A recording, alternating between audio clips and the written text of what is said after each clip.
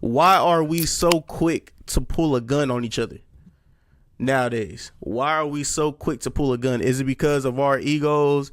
Is it because of what? What do you guys believe it is? Why do you think we're so quick to pull a gun?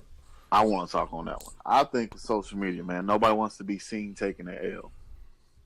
Okay, all right. Straight up, like back in the day. I mean, people used to pull guns on each other back in the day too, but now it's so easy, especially with World Star. When it first came out, like it's so easy to see somebody get their ass whooped. Don't nobody want to be seen like that. Mm-hmm. I mean, you take an L, you take an L. You ain't dead though. Like you still get to live your life. You can't fight, man. You can't fight. Learn how to fight. Like it ain't that hard. But now nobody wants to be seen taking an L, and it's easier. You know what I'm saying? Like people just get mad, and it's easier just to pull a gun. For one, it's a scare tactic, just to scare people. But I mean, when people really out here getting shot too, and it's just like, man, it's so easy, much easier just to pull a gun than it is to fight somebody. And plus, now everybody has that mentality of like, well, damn, if they got a gun, I'm gonna get a gun because I ain't got time to be getting shot. Like I'm gonna pull mine first. So I think that's where it stems from. Yeah, I agree 100%. Randy, you still there? Seems like Randy paused up. But yeah, I agree 100%.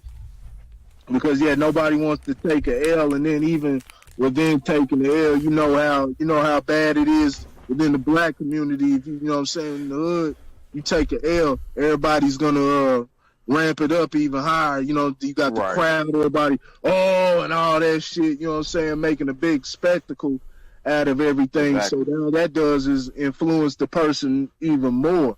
So they gonna want to, you know what I'm saying. So they gonna want to get, they gonna want to get their revenge. Nobody wants to be embarrassed. There's not a bunch of people, you know what I'm saying, are sitting around, you take an ass whooping, a bunch of people saying, hey, hey, get up, man, brush yourself off, man. It's all right. You win some, lose some, something like that. It's not that going on. It's just a bunch of ridiculing. We've taught our children. I'll say that even as a black, as black community, go to a black school as a child and go to a white school. Yeah, you're going to have childish things that go on, but the conversations and different things, the way that, we interact with each other, you know what I'm saying, it's different. You know what I'm saying? It's completely different. You know what I'm saying? You take a L, like I said, that ridicule is something that's going to stay with you. It's going to stick with you until you fight your way or quite possibly shoot your way. You're going to have to shoot your way or do whatever to get that respect and let motherfuckers know that you ain't to be fucked with. And that's a character flaw that we have as black people. So we got to be teaching our kids, you know what I'm saying? We got to be teaching our kids, but a lot of times the problem is we don't have men, and even if it is men, they weren't taught by men. So, they were probably raised by their mothers. So you got a bunch of women trying to tell you how to handle situations and how to go out and fight and things like that. But it's different from women. Women ain't gonna lose their life within no fight. You know what I'm saying? They ain't around killing each other. So them trying to give a young boy advice on what to do and things like that, it's completely out of line. You know what I'm saying? They got to understand the environment, got to understand the situation right there. That's simple. That's why women, a lot of times, they so damn reckless because they know, you know what I'm saying, it's taboo to put your hands on them and different things like that. So they gonna get there, they gonna speak their mind, they gonna say whatever. Whereas a man, he's a lot more times than not, he's gonna think about it before he says it because he know the wrong thing can set off something where he either gets killed or he has to end up killing somebody. That's when he's dealing with men. So that's something. I think that's something that needs to be passed on more to the. A message that needs to be passed on more to the women when it comes to that. All right, Lauren, what you got for us? Or did you already go? Nah, I would just say it's a lack of leadership, lack of mentorship, lack of education. However you want to spin it. I mean, we're a little bit more free, and with that freedom, I think we've been a lot more reckless.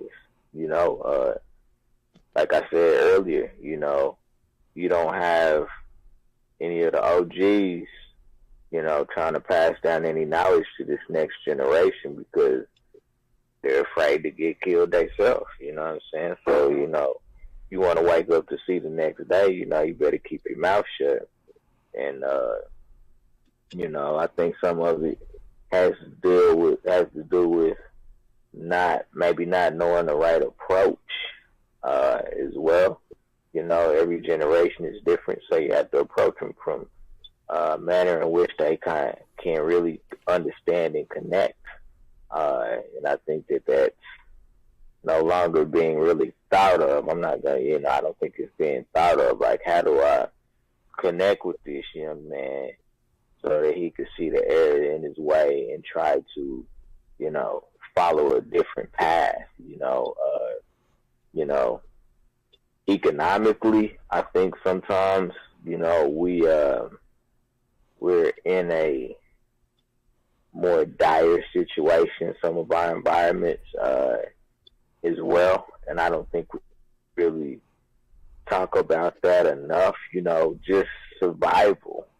When you are just, that's the only thing you focused on every day is just surviving, and somebody encroaches on your ability to survive, it just makes you react a certain way.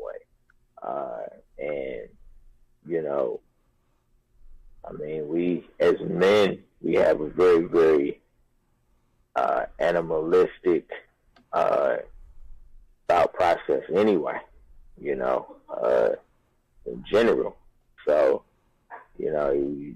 it's just part of the nature of who we are as men, is to be a little bit more aggressive and things of that nature, and not be able to really think through a process. We're very, very much a species of action, where women are thinkers and things of that nature. Men are, men by nature, we're more about the action than we are about the thought process behind the action.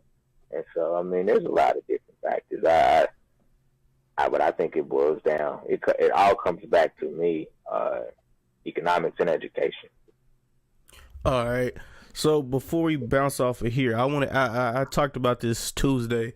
But what do you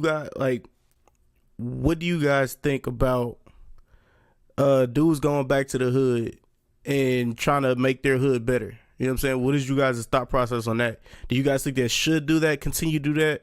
Or do you think it should be like Lil Boosie? Like Lil Boosie says, nigga, don't live in your hood. Don't go back to your hood. You know what I'm saying? Because you become a target. So what is your thoughts on that? Who wants to go first? Corey? Go ahead. Go ahead. I think it's a really, really slippery slope, is the honest question. If there's a fear going back to your hood, like, I don't know about that, but, being a target, or an easier target, I would say, that's all on you. You know what I'm saying? If you go into an environment that may not be safe, like, either don't go, number one, or, protect yourself. You know what I'm saying? Be prepared for what may come. I'll tell you this much: if we don't figure out a way to right the ship, like, I'm not sure that we're any like we're better. I go back. You know what I'm saying? Because I have family there. And I'm not afraid by any stretch of the imagination. Matter of fact, interestingly enough, when I go back to the hood, like, I always get the question, like, boy, you ain't from here, are you? And I have to explain, well, I am from here, but I don't currently reside here. Here in the city, in Kansas City, the hood is getting destroyed. And I ain't talking about figuratively. I'm talking about literally. They coming in, they knocking houses down, and they building whatever they want to build, And I remember talking to a guy that was working on a lot of the things that they were doing in downtown Kansas City. And I said, so what happens to all the homeless people that just be down here because this is a safe place for them? He's like, we squeeze them further south. And I said, well, the people out south ain't going to let them come in their territory. And he was like, we know that. So I was like, they just get boxed in, so eventually they just get squeezed and they die. He was like, you ain't going to say it like that, but it's true. And I was like, wow. You know, and I think that, like here, I mean, you see it happen. You know what I'm saying? I mean, you know, I can tell you 10 years ago, you know, you go from 5th Street all the way up to the 30s. You know what I'm saying? And it was homeless people, it was hoods. You know what I'm saying? Now, you got lofts. You know what I'm saying? Yeah. You got houses, you got buildings. Like, I mean, it's different, you know? And so, I try to pride myself personally in not leaving people hanging, you know what I'm saying, in that particular sense. Like, I mean, I ain't saying we got to be Captain Save the Hood Rats, you know what I'm saying? I'm not saying that by any stretch of the imagination. But we do have to find a way to find a balance in, you know, taking a couple people and trying to educate them. It's about the education. Like, I'm not going to be like, okay, well, I'm going to take a little John, a little Ray, and I'm going to bring them out south with me. You know what I'm saying? And, like, you don't have to do that, you know, but there is an opportunity to provide a certain level of mentorship, because when you change the mind, you naturally change the environment. Like, it just, that's the process. You change the mind, and it changes the environment. And that goes back to what I said earlier when I said that, you know, when I was living in the hood, we valued the little bit that we had, and we took care of the things that we had. Well, what happened is, over time, you didn't have that thought process passed down, but people stopped caring. You know, when they stopped caring, they stopped taking care of their things. And I mean, naturally, when you stop taking care of something, it's going to erode to the fact that it's, to the point that it's useless. Mm-hmm. You know, and so, you know, it's all about what you put into it. You know, and that goes back to energy, just in general. You know, if you put positive energy into something, positive energy is going to come back out of that. When you put negative energy into something, negative energy is going to come right back out. And we keep feeding a negative energy to, you know, some of these kids in the hood who are already at a disadvantage, and we wonder why we keep seeing the same thing. You know what I'm saying? Because, you know, those of us that have an opportunity don't care. You know what I'm saying? So we don't do anything. You know what I'm saying? And so, I mean, reach one, teach one. You know what I'm saying? I mean, that's how it works, you know, and we have to do a better job of that, you know, within our culture. You know what I'm saying? How we speak to our children, speak to, you know, anybody of a younger generation that we encounter. You know what I'm saying? We talk on their level. We don't get them to talk on our levels and think on our levels. We come down to them, you know, and that's not always the right thing to do. You know what I'm saying? Because, you know, you're not teaching respect when you do that. All you teaching is, you know, just following a pattern of the, you know, the same old, and it's never gonna work. Never gonna work. All right, so this brings us close to the end of the show, man. Oh man.